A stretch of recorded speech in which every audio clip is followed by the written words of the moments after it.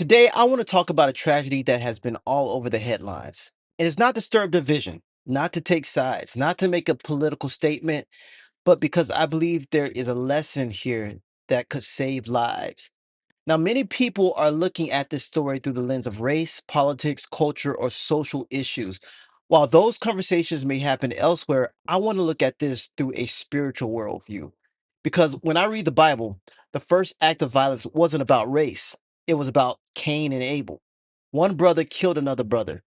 The problem wasn't skin color, the problem was sin. The problem was pride. The problem was anger. The problem was a heart that had become disconnected from God's wisdom. And that's why I believe the story we're discussing today is ultimately a human story, a tragic story, a story about what happens when wisdom is absent.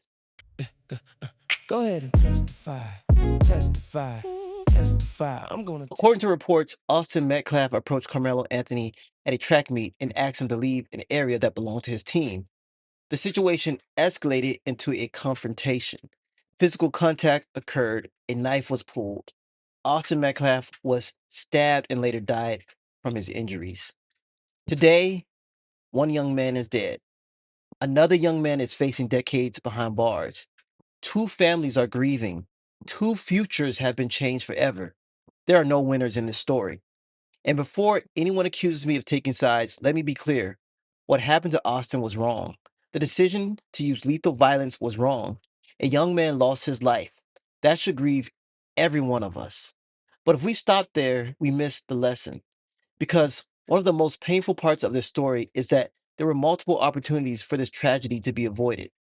When Austin was told no, one option was to seek an authority figure rather than trying to resolve the situation physically. Another option was simply to walk away. Another option was to engage in conversation instead of confrontation. On the other side, Carmelo could have simply moved. He could have walked away. He could have chosen not to escalate the situation.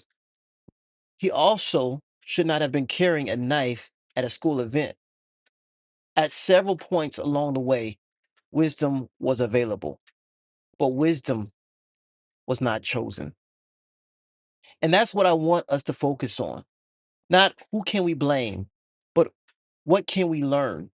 Because the same thing happens every day. Someone disrespects us, someone cuts us off, someone insults us, someone gets in our space. And in that moment, we have a choice. We can react or we can pause. The difference between a wise person and a foolish person is often found in that pause. Wisdom stops and asks, what happens next? What are the consequences of this decision? How will this affect the people around me? Is there another way? The book of Proverbs teaches us that wisdom sees further than just the emotion. Emotion sees the moment, wisdom sees the outcome. And that's why I believe what our culture desperately needs right now is not merely more information. We need Jesus. We need wisdom. And when I say we need Jesus, I'm not talking about simply mentioning his name. What I'm talking about is actually teaching what he taught. Jesus taught people to love their neighbor. Jesus taught people to value human life. Jesus taught people to forgive. Jesus taught people to be peacemakers. People should treat others the way themselves want to be treated. Imagine if those principles were deeply rooted in the hearts of our young people.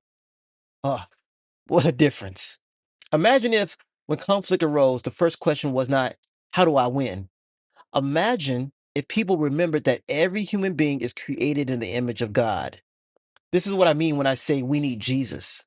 It means we need the gospel. The gospel is not merely information about Jesus. The gospel is a transforming of the human heart. It teaches us that pride destroys. And the Apostle Paul said that Christ is the wisdom of God. So when we follow his teachings, we are not becoming weaker, we are becoming wiser. We are learning how to navigate conflict without destroying ourselves and others. My prayer is that parents teach their children conflict resolution. My prayer is that young people learn that every action has consequences. My prayer is that we raise up a generation that pauses before reacting, because one moment of anger can create a lifetime of regret. Austin should still be alive. Instead, one family is mourning the loss of a son. Another family is watching his son spend much of his life behind bars. And all of us should be asking the question, how do we stop the next tragedy? My answer is not more outrage. My answer is wisdom. The wisdom that comes from God. The wisdom demonstrated by Jesus Christ. Because wisdom pauses before reacting. Wisdom seeks peace before conflict. And wisdom values people over pride. It understands that every person bears the image of God. And wisdom remembers that every decision has consequences.